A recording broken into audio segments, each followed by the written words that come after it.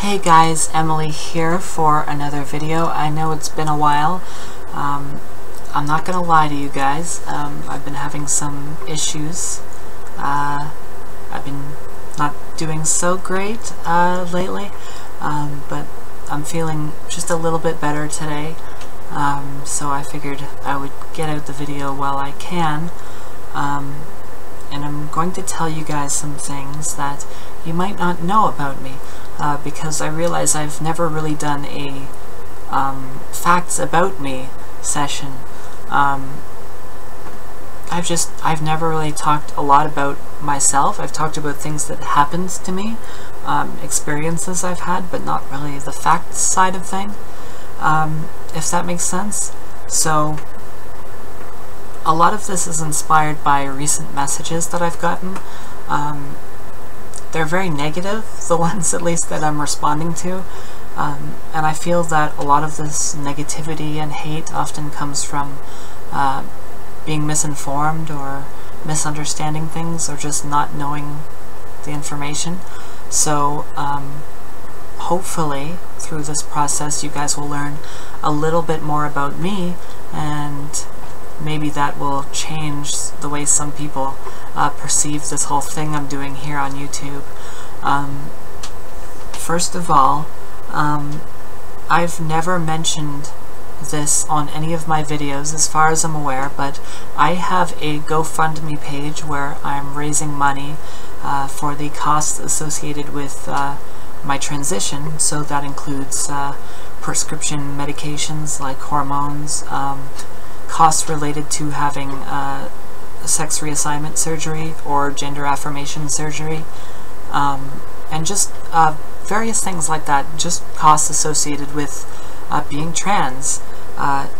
So I've always put a link to that GoFundMe page in the description of my videos, but I tend not to really talk about it because I don't want to rub it in people's face, and I'm kind of new to this whole YouTube thing, so I didn't want to start off like, hey everybody give me money kind of stuff. Like, if people want to go the extra mile and check out the description of the videos and read up on the stuff and click it, well, they can do that, but I try not to ask people or pressure people because I'm not here to benefit myself other than getting to vent and, you know, voice my opinions on things.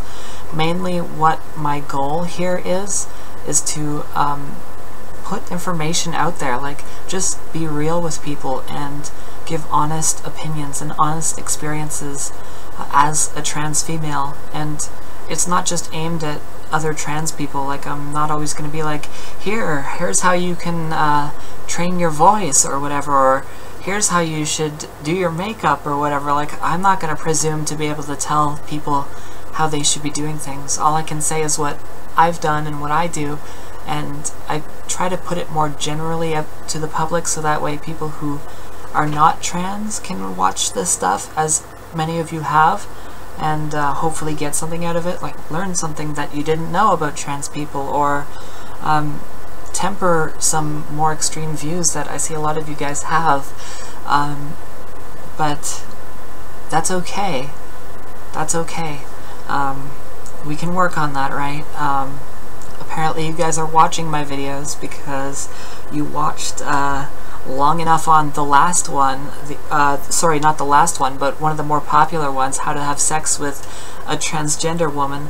You guys who put the negative comments watched like 22 minutes of that shit, long enough to see that my girlfriend is on the video like towards the end, and they're talking about her and stuff. So I mean, you guys are watching the videos, that's great. And I can't decide how everyone gets to view me or how everyone gets to think or what your opinions are. You get to have your own opinion, that's fine. But at least you're watching my videos, and that's cool. If you want to keep that up, that's great. Hopefully you're watching this one right here. Thanks for coming back. Feel free to leave more of your comments. We can address those. That'll be great. So let's get back on track here and talk about the next thing. Some people have been wondering or guessing or assuming so I'll go ahead and say it. I am legally Emily. That is my real name. As of late last year, fall of 2015. And my gender and sex designation are legally female. And that's from my health insurance to my provincial IDs to my my federal IDs as well, and even my birth certificate at this point says that I was born female, because obviously that's accurate. Trans women are women, trans men are men. The fact that they were assigned a different sex at birth is not relevant to the sex that you actually are. So I've already been lucky enough to been able to take care of all that stuff last year. It wasn't easy. It was very difficult to get that process going. There was a lot of validation involved. Like you had to, well, I had to see doctors, I had to see psychologists, counselors, a lawyer or a barrister, whatever, some legal lady had to like notarize stuff. I had to file the application like 7 times before it finally got approved. It was this big whole ordeal, but I'm glad I was able to get it done. And it helps knowing that like the government agrees with you. They say, yes, you are, and yes, we back you up on this, and yes, we recognize this. That goes a long way in helping you feel better about things when so many dickwads out there are telling you that, oh, you'll never be this, or you're a man, or whatever, referring to you with the wrong pronouns, or saying these terrible things about you. It feels better when you know you can look at that piece of paper, your birth certificate, or your health card, or driver's license, or whatever, and say, yeah, it says female right there, it says your name right there. It's a good feeling to be able to fall back on that and say, hey, people are going to say what they want, but look at this right here. So I know not everyone can get that done, and it's a lot more difficult in certain parts of the country, and different countries as well. They have different policies on how easy or hard it is to change your sex and your name depending on circumstances. But it was doable here. Not easy, but doable.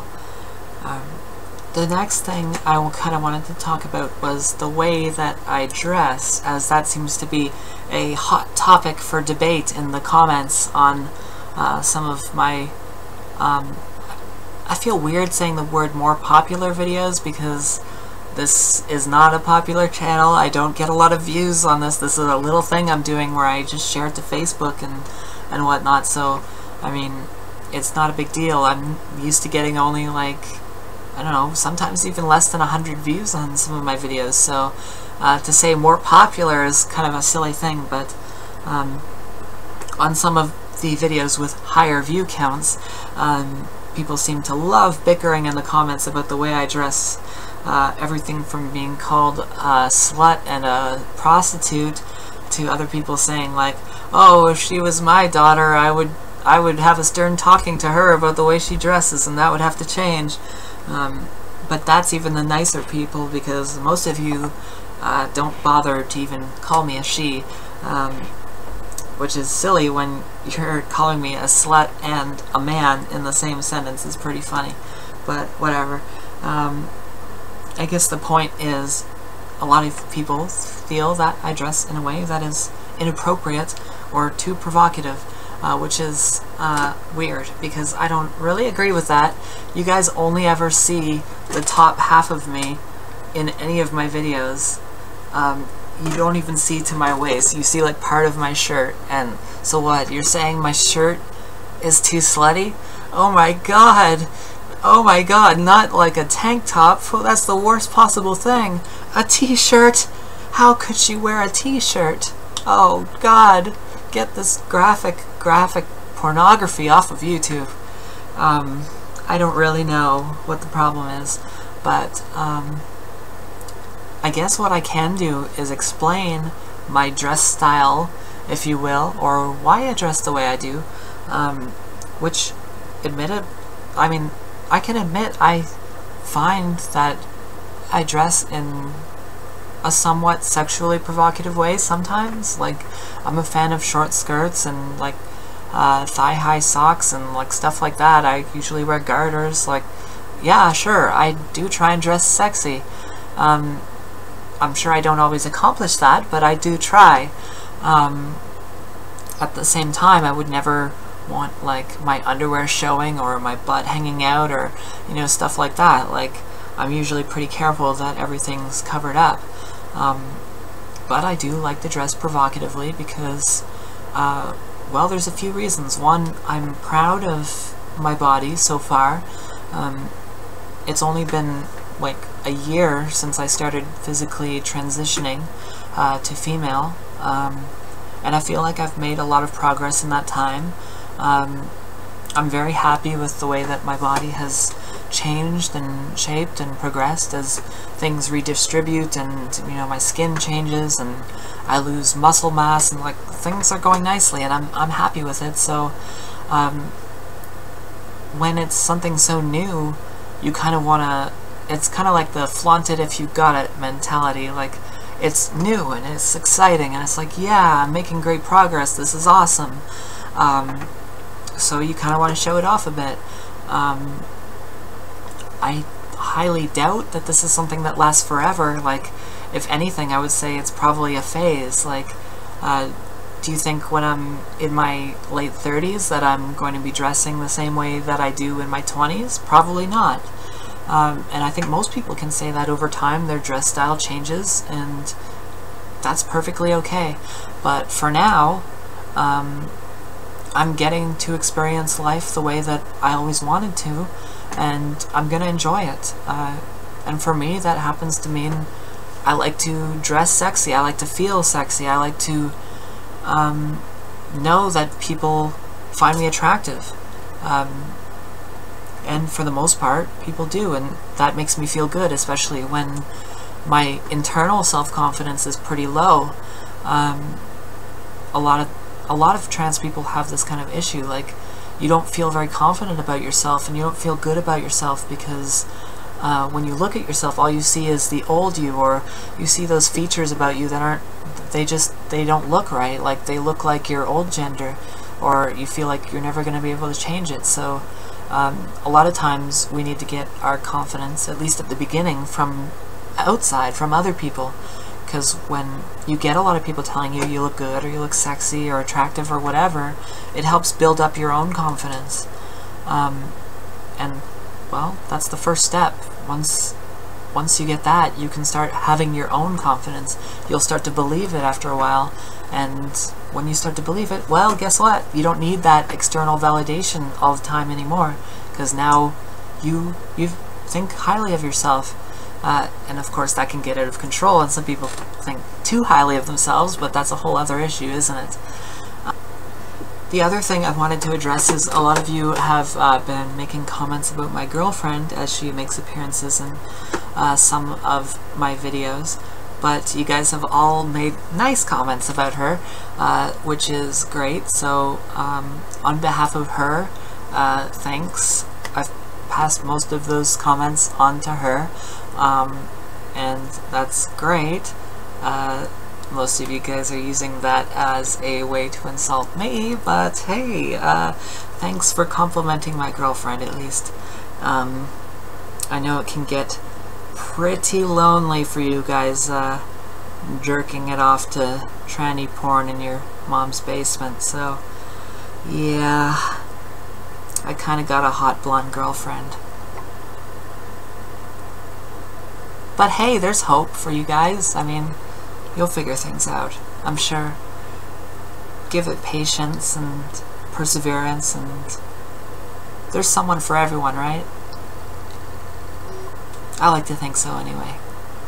But if you guys have any specific questions for me, like something you want to know about me, feel free to ask in the comments. That's probably the best way to do it, because I do check the comments, I read them. Even if you're an asshole, I'm still gonna read your message, so feel free.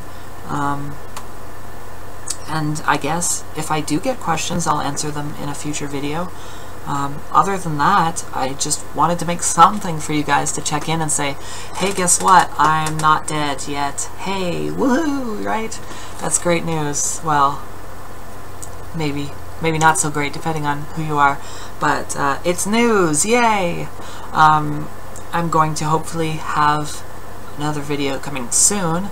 I'm not going to make you guys wait another 2 weeks with an actual topic. So stay tuned until then, folks, and have yourselves a good morning / afternoon / night. See ya.